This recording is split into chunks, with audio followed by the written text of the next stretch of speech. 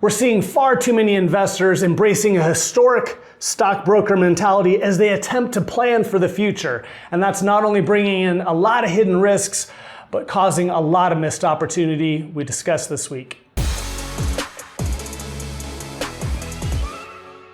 So been a busy summer here at 10 Capital, lots of prospective client meetings, excited to say lots of new clients. As we're going through, seeing a common thread, even in some conversations with clients as we're unearthing and digging deeper into plans, which is really a misframe. It's very subconscious. I don't think it's how anyone's thinking about things, but embracing what I would refer to as this stockbroker type mentality with respect to how they think about their plans, which is leading to all sorts of issues. One of the biggest, particularly as we go to talk to them or really try to get to them embrace a deeper level of planning, is that we're stockbrokers, particularly as it relates to the hordes of cash that are on the sidelines. The hidden danger, as silly as it may seem to say about cash, is the inordinate amount of cash that people are holding on to and what that is probably doing to the longevity of people's portfolios over time. According to recent data, cash levels hit a record 7.92 trillion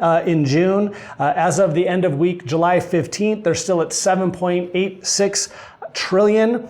And one of the big reasons, I think, for this, outside of all the geopolitical and uncertainty around AI, et cetera, is that clients really don't understand all their options. And we see this time and time again when we address the cash position, everything from just cash alternatives all the way to private investments. But when we bring up what are we doing with this cash, we hear time and time again, this is either a counterbalance to a very aggressive stock portfolio, or hey, we don't want to put any more into stocks, as though it was that kind of binary choice. And again, that's kind of that stockbroker mentality. Go back to the 80s, 90s. Hey, I've got this idea. Let's go buy this stock and get that cash to work. There are so many different types of strategies that exist, asset classes that exist between cash on the one hand and the stock market on the other. Point number two, cash isn't bad, it just needs a job. So there's nothing inherently wrong with cash. Of course, it has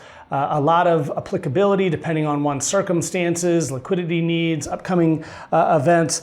But the problem with cash is when it stops being a part of a plan and starts being the replacement for proper planning. And that's really the point we wanted to get to today. Not understanding, again, in detail, the timing of the different events that you want to have, the impact of that cash drag because of inflation and erosion of purchasing power, which we'll get to here more in a moment. What other things may be when your portfolio is presumed to perhaps run out of total net worth at some point in the future, all become a big part of the equation. To be clear, our goal is not to try to get cash into the stock market. It's just to have people embrace a thoughtful approach to allocation. Our job, again, to assess goals, time horizon, liquidity needs, tax considerations, risk tolerance, all go into what should be a proper advisor's mentality as opposed to that stockbroker mentality that, again, many so-called advisors have, as well as so many clients continue to carry on from decades past. At the end of the day, what we need is a different frame for this conversation. One, not based on either being conservative or aggressive or attempting to be balanced by going out to one of the two extremes or both, but rather, as we focus on here at 10, helping you understand how your portfolio specifically connects back to your personal goals, building relationships that, again, are far less transactional, but more relational. Moving away, even as a client, from that sales-driven, predictive, what's the stock market going to do mentality to what exactly do I own and what is exactly is its specific role in helping, again, dress back to the goals and needs that I have for what I hope to see in the future. The next point is, what is it about cash that feels so comfortable? We see people, they come in, we have $500,000 or $1 million in cash.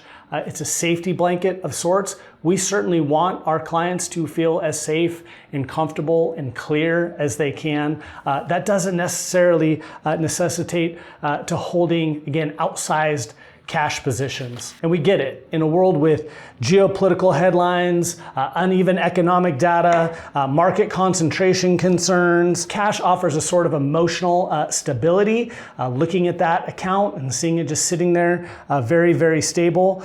But the problem is comfort and strategic usefulness are not always the same thing. One of the big things we've seen just here in recent years is after being at effectively zero type interest rates forever and ever on cash, you had some reasonable yields for a point in time. But one of the things we've seen time and time again as we go back and say, well, what are you getting on your cash? Is people still quoting rates from 2-3 years ago, unconscious to the fact that they've subconsciously anchored to yields from a time past, how the regime, as it always is changing, and where they're at today vis-a-vis inflation. So while your account balance may not be moving much, to you, that may feel stable.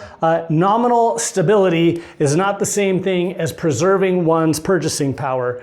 The real measure of success, again, is the ability to maintain one's purchasing power into the future for things they're going to need. And that brings us to our next point, the quiet cost of inflation. If you look at a 3% inflationary rate and that impact over 10%, it looks like a very heinous bear market. We would argue the difference between erosion of inflation versus a bear market is once it's gone, it's likely gone, unlike a bear market, which usually snaps back. A 3% rate over 10 years erodes over 25% of your purchasing power.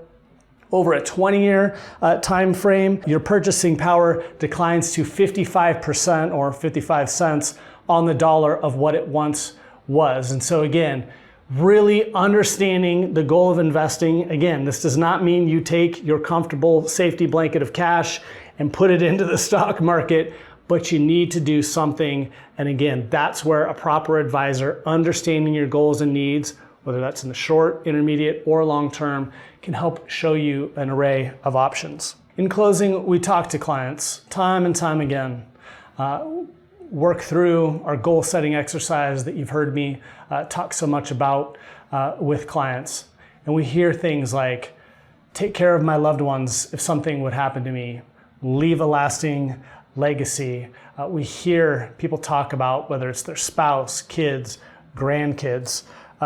The reason we're harping on this is, again, an investor who's overusing cash is not simply avoiding volatility in the short run, but they're locking in a formative impairment that's going to keep them from really achieving what matters most to them, preserving that purchasing power, maintaining the longevity of their portfolio, and quite possibly being there both in their lifetime and after their lifetime to be in support of those that they love.